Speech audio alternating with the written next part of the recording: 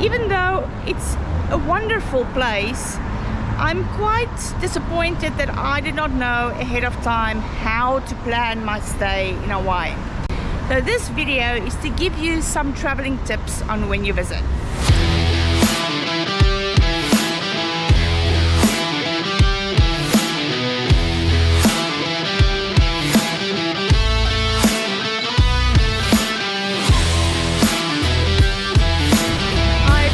I am in Waikiki, Honolulu in Hawaii, and this is my first time in my life visiting, and I was fortunate enough to be able to spend 3 days here. We had to do some repairs on the ship, and that's the reason why we had 2 overnights. We're sailing again this evening.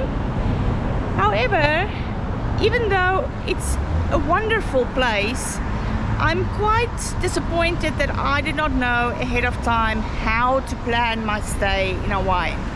So this video is to give you some traveling tips on when you visit.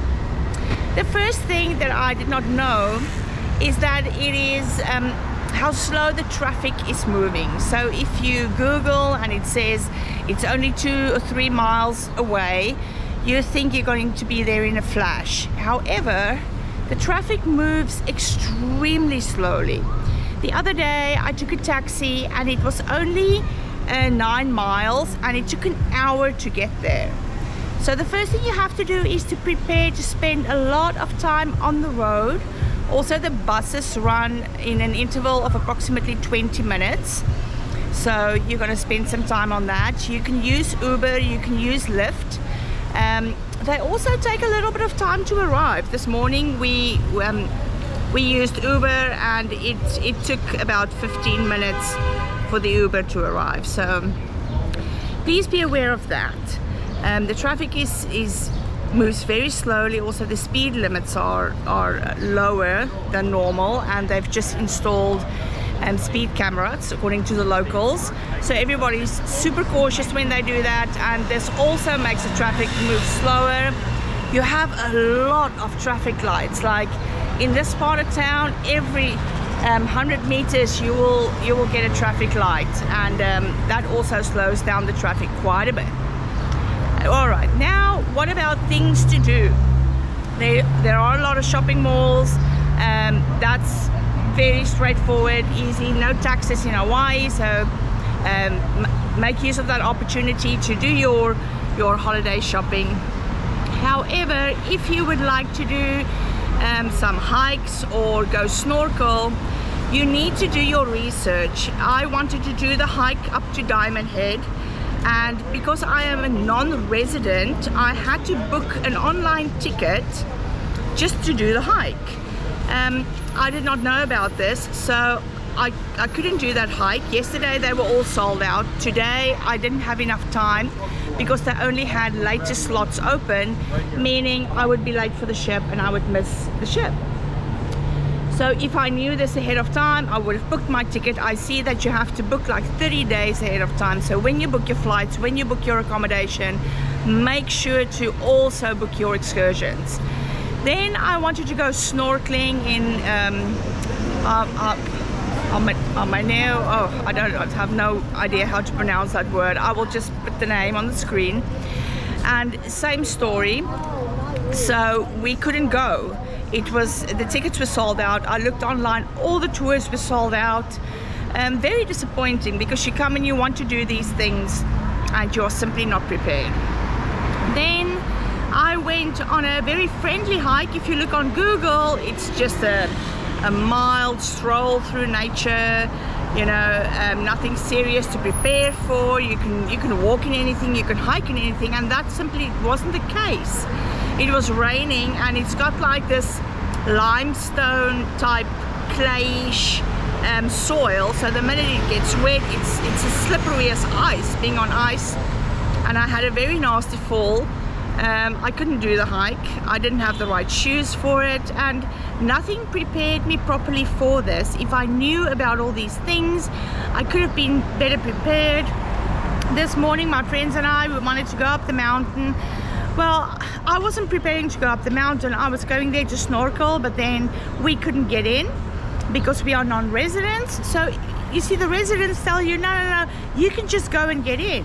That's also another problem, is it's the residents can, yes, non-residents cannot.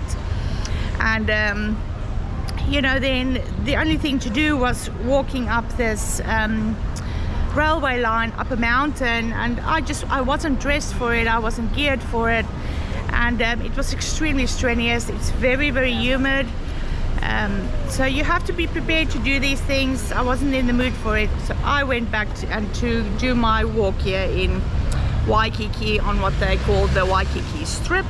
It's next to the Waikiki beach, which is very busy today. And this is not to shoot anything down. This is me trying to help you to better prepare for your visit to Hawaii.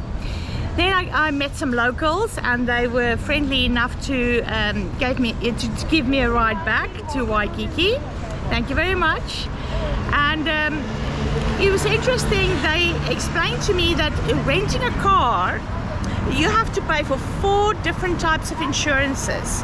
So unless you plan on doing a lot of driving on your stay here, it will be more cost effective to use an Uber or a Lyft, the buses, or a taxi.